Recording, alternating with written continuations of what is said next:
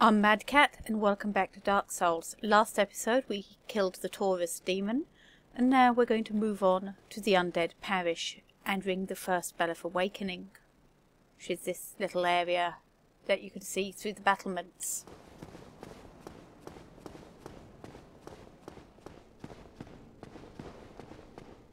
Now that glow at the back means that there's a soul item, or any other treasure, since all treasure looks the same until you pick it up.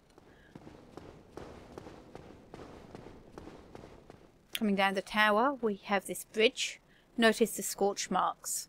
We have this door, which is the door to the lower Undead Berg, which I think you can see, which is this. And that's a dragon.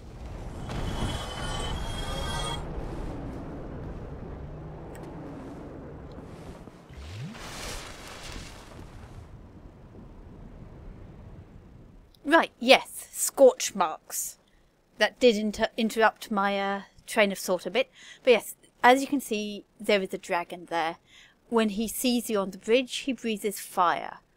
But don't worry, we don't have to get all the way to the end. We just have to get halfway. But before we attempt this little run, I'm going to head down here and chat to this chap, Solaire of Astora, one of the reoccurring NPCs of the game, and one of the more iconic ones. Ah, hello. You don't look hollow, far from it. I am Solaire of Astora, an adherent of the Lord of Sunlight. Now that I am undead, I have come to this great land, the birthplace of Lord Gwyn, to seek my very own son. You find that strange? Well, you should. No need to hide your reaction. I get that look all the time.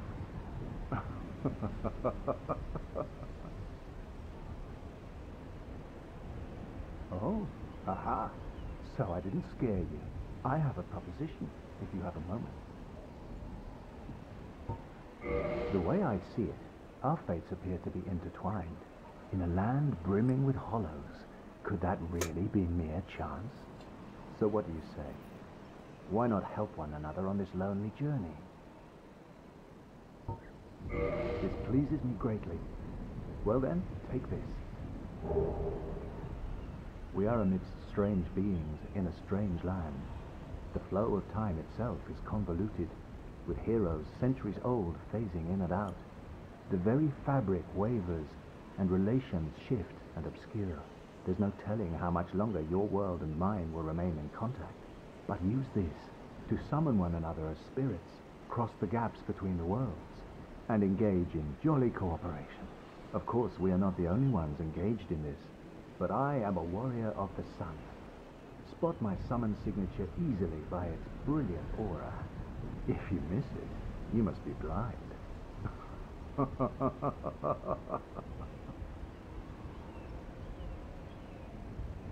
Oh, hello there. I will stay behind to gaze at the sun. The sun is a wondrous body, like a magnificent father. If only I could be so grossly incandescent. Ah, Solaire. One of the player base's favourite NPCs. This item that he's given you, the white sign soapstone, allows you to put your summon sign down, which is then propagated to the worlds of other players in your sort of server cluster, and then they can summon you up to help them through the level or defeat invaders or whatever. The benefit you get for doing this is, first of all, a no-risk look at bosses or the level. Secondly, if you succeed in helping them fight a boss, you get half the souls as a reward and some humanity. This does not impact the reward that they receive. We'll be going into the multiplayer aspects of the game a bit later on. Now that we've spoken to him and got our white sign soapstone, we have to make it halfway across the bridge.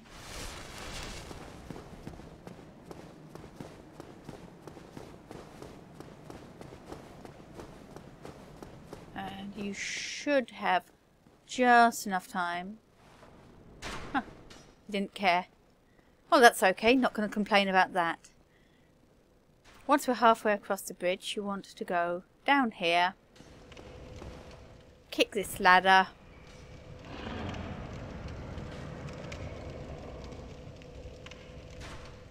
marvel at the wit of whoever left that message.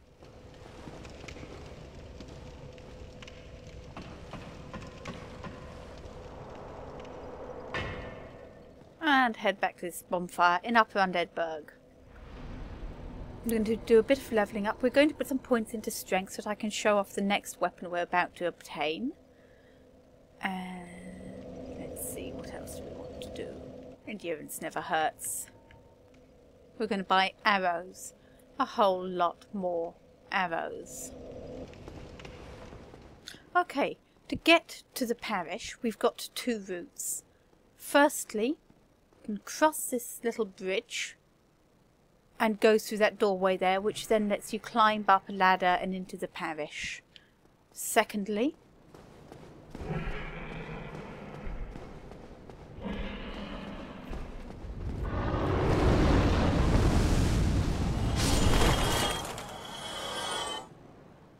we can play Dodge the Dragon Fire and get across the bridge there. Personally, I prefer the upper route because it gives you loot and a more convenient bonfire for the rest of the parish. However, before we do that, we're just going to cross across here again.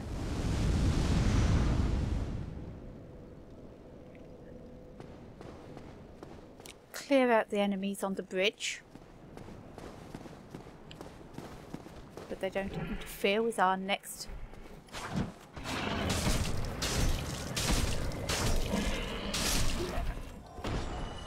Notice these guys have a little bit more health.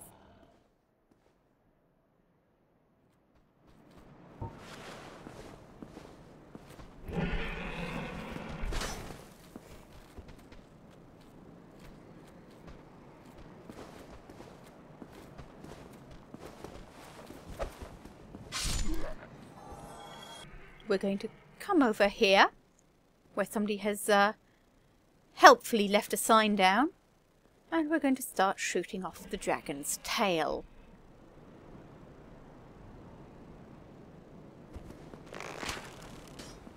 Don't worry about the amount of arrows I use. I'm just really bad at leading my shots.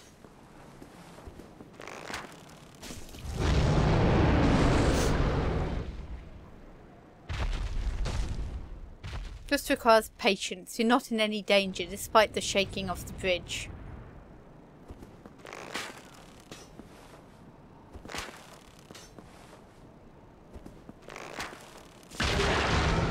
Now, after rather a lot of arrows, you'll get the Drake's Sword.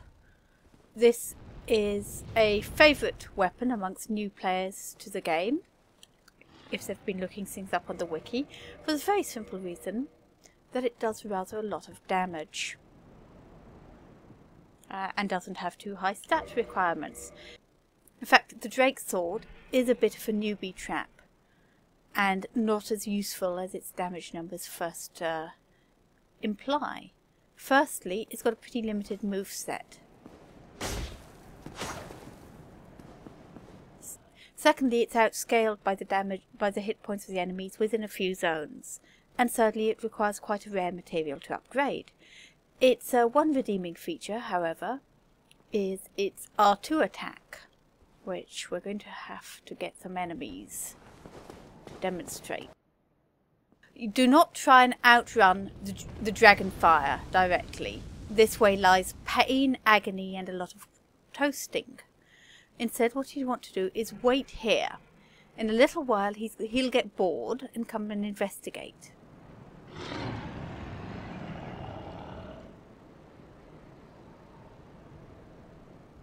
The moment he takes off, run.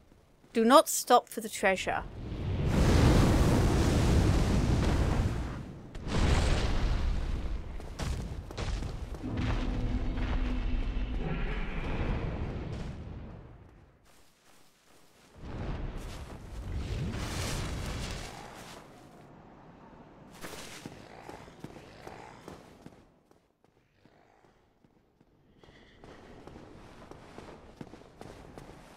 Once you get to here, you want to hang a right immediately and get into this little garden. At that point, the dragon flies away and clears the bridge.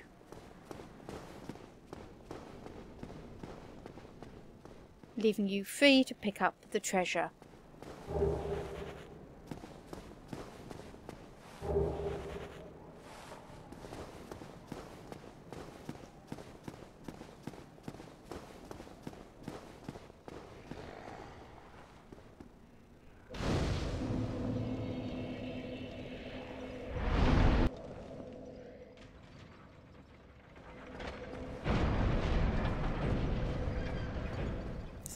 Opening this gate brings you out here. This little entrance is where the lower path ends up, and this gate is where we proceed to.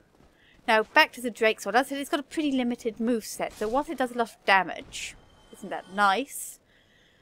You don't have a lot of options in how you deal with foes. It's one saving grace.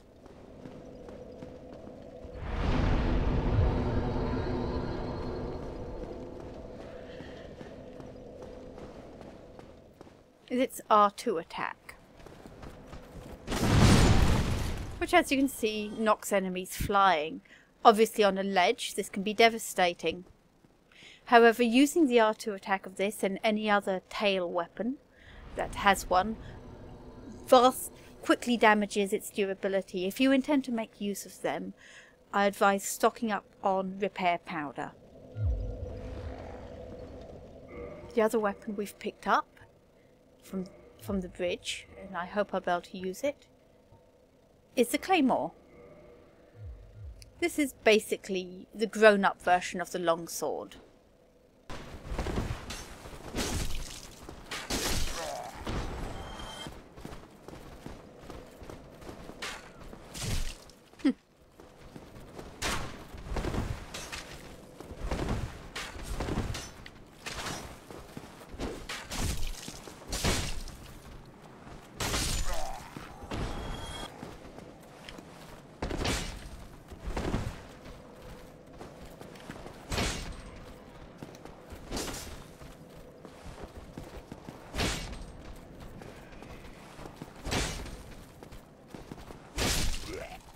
As you can see, it's a bit heavy on stamina. But if you've got a build that can use it, it's one of my favourite weapons in the game. However, this isn't really the build for it. Before we move on to the rest of the level, the other thing of interest in this area is this broken statue. This is where you join the Warriors of Sunlight Covenant, but it has a faith requirement of, I believe, 25, but that goes down by 5 times every time, by 5 points every time you successfully help somebody against a boss. Something that my viewers mentioned to me is that I've been depending on parrying a lot. This is quite true. It's because the direct damage of the S-stock is pretty dire. The trick to parrying is not to parry the weapon, but to parry the hand. You want to get in right close to them.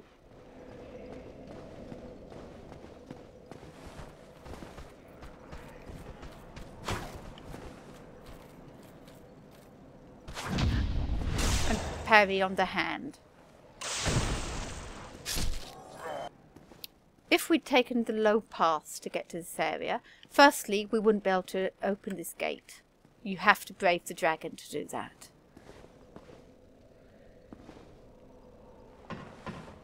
Secondly, down this area are 3 rats which can poison you.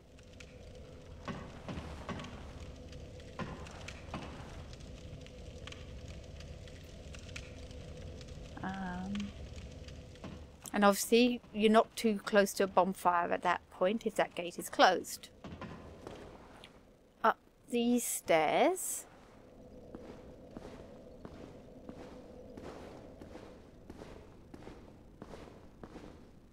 And we're walking slowly for a good reason.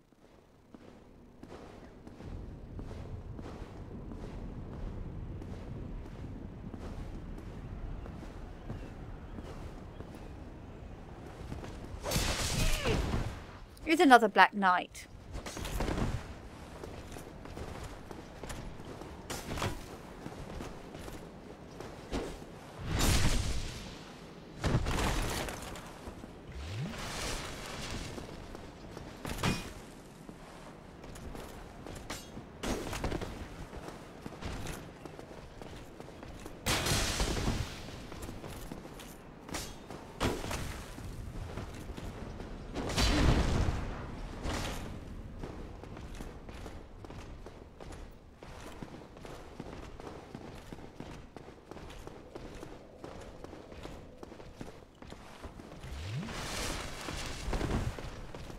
I find this one pretty difficult to fight. I mean, for all my love of parrying, I'm not very good at parrying big weapons. I tend to chicken out.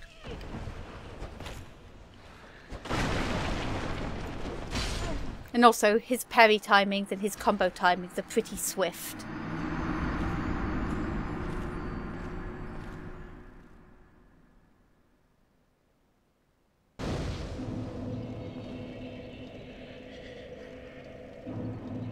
Alright, we're going to leave him for now till we've had a chance to upgrade our weapons.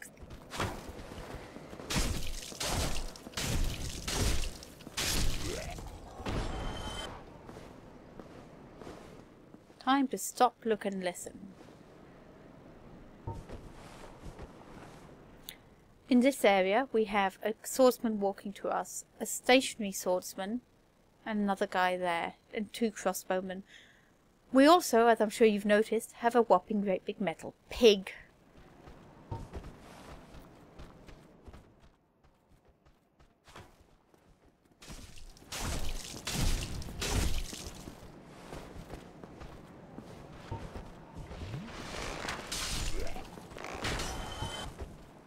To the right of this gate is a spearman. If we were speedrunning at this point, we'd dash through the portcullis before the hollow who's going to close it can close it. But we're not speedrunning, and besides, I'm sure you want to know how to fight the pig. The first thing is clear out the spearman.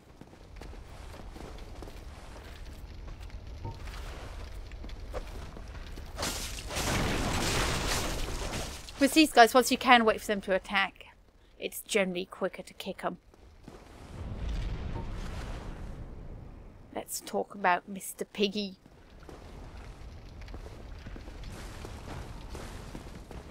As I'm sure you can see, Mr. Piggy is armor plated.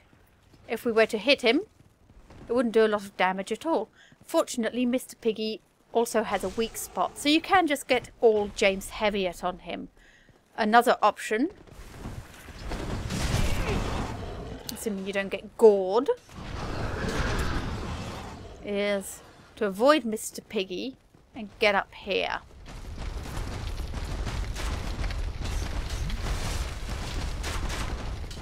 When you're up here, ignore this spearman, get rid of these 2 first.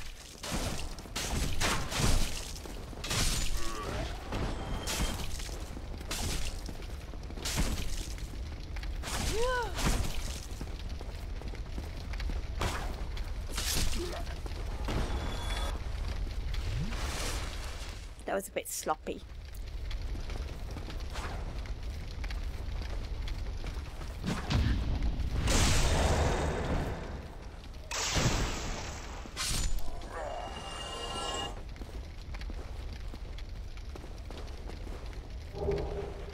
Now we've got these items called alluring skulls.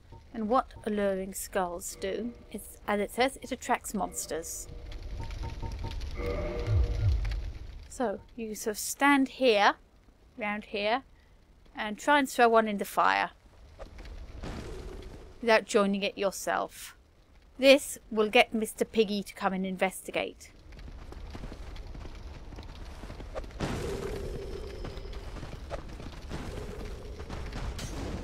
As you can see, Mr. Piggy burns nicely.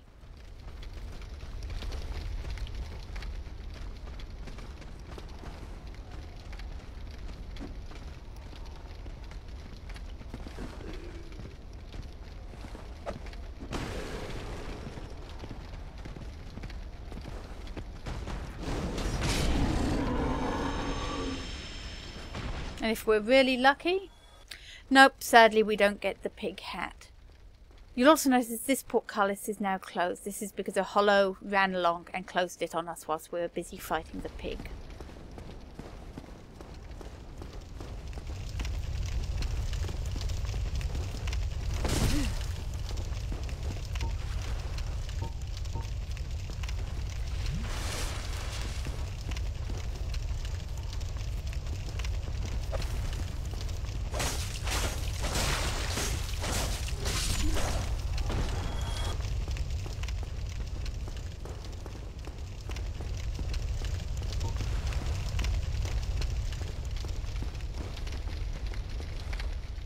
The pig won't respawn.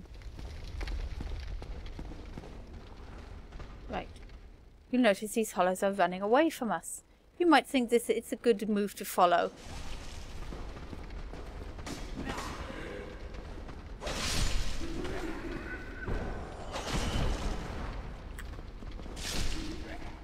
Believe me, it's not. If you follow, you promptly get mobbed by a handful of them. Not many, just enough to make life difficult.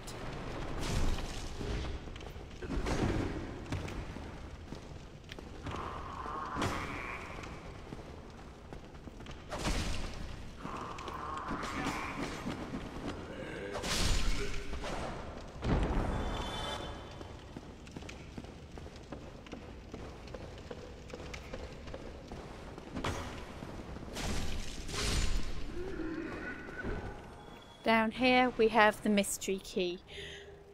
The door that this unlocks can also be unlocked with the master key.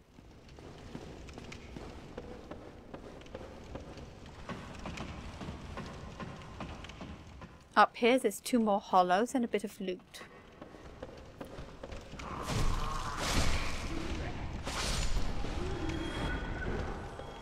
Don't worry about the narrow rafter. The fall isn't fatal.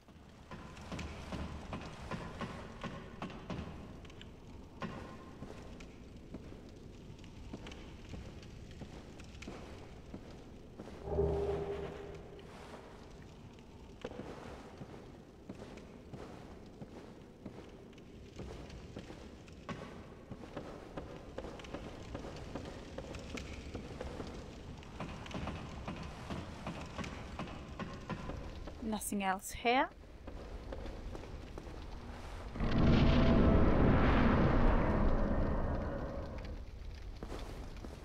And as you can see, this brings us out above the area with the pig.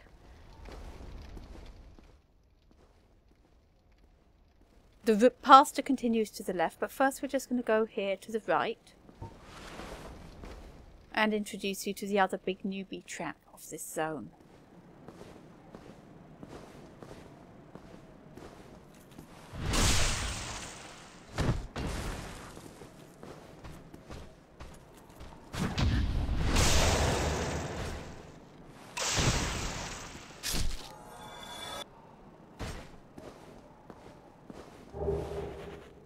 The Night Shield.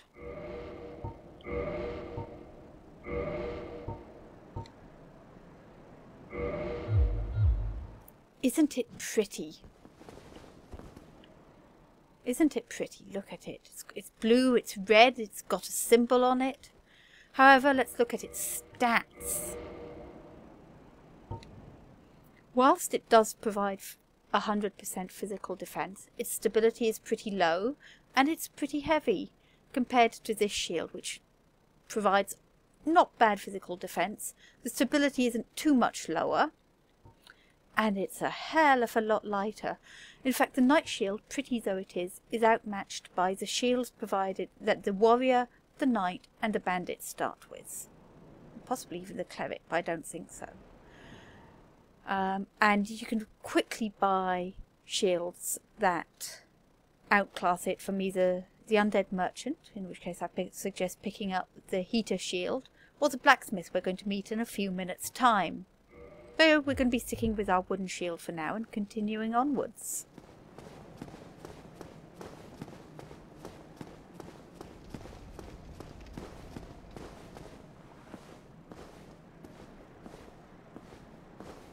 As you come up here, do check the path to the left for Captain Spear Dude.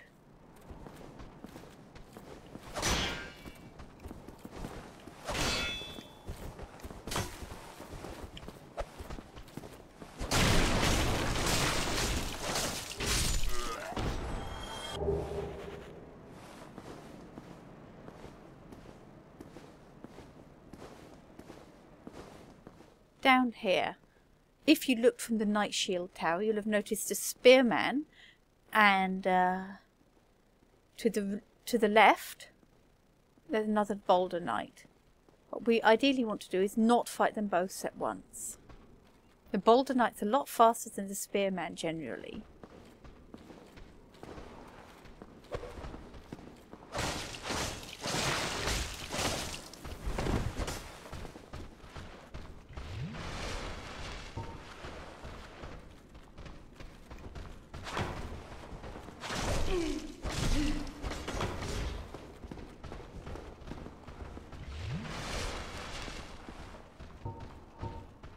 They're just going to be stupid. We're going to firebomb them.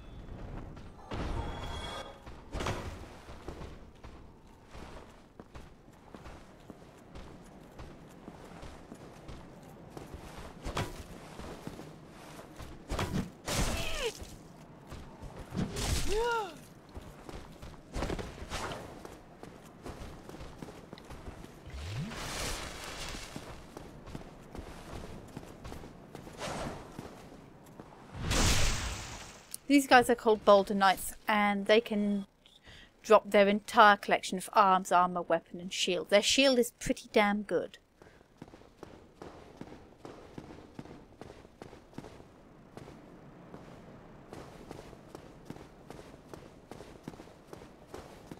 So, again here we can go ahead, across this rickety bridge, to the side entrance to the church, and this little, I know you can't see it. But anyway, there's another older church to the right.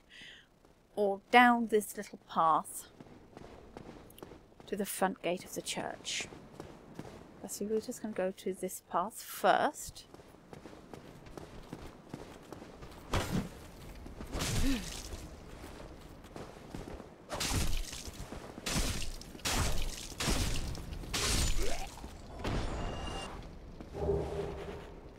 And here we have the basement key.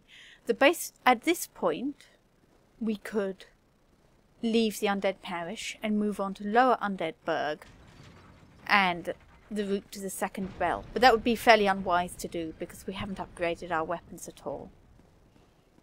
The other thing we have around here is a halberd, which is a pretty nice weapon. I haven't used it in a while, so what we'll probably try and do is upgrade my stat spell to use it. In fact, I could use it two-handed, but I want to be able to single-handed. Its moveset looks pretty clumsy. It's one of the weapons that the moveset looks a lot better if you actually manage to hit something with it.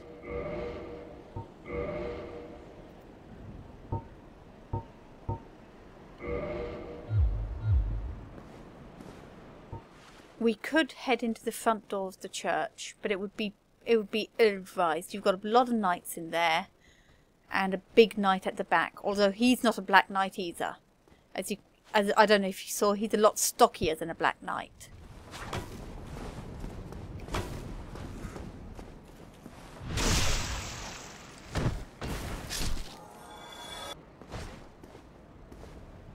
So, as well as this guy who came out to attack us, there's another knight there, and there's the one to the left that you can't see, and there's a big guy at the back. So we're going to ignore the front of the church.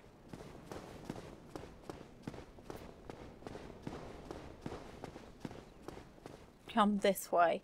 Here you've got two warriors and a crossbowman. We've reached the parish bonfire. What I would suggest doing next time as we finish off the parish and explore the multiplayer aspects of the game. Thank you.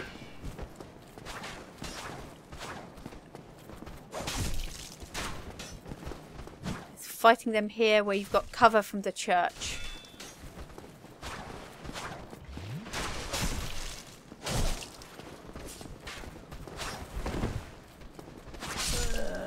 And die. That happens. Now the first priority in soul recovery is usually getting your souls. But you should always assess the situation. If you can safely defeat the enemies,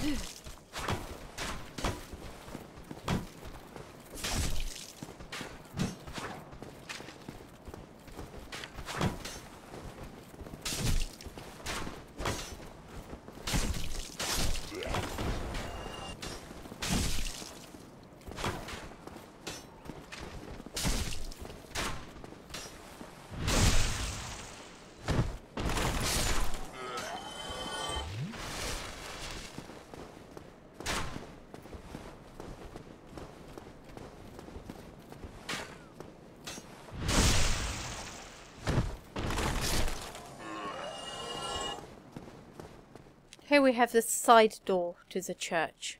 Directly opposite us are a set of lifts that lead down to Firelink Shrine. Before we go there and unlock that shortcut, we need to head down this little path here.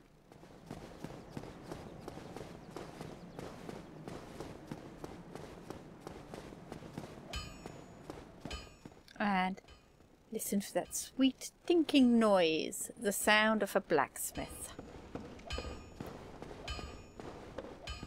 We've reached the parish bonfire, so join me next time as we finish off the parish and explore the multiplayer aspects of the game.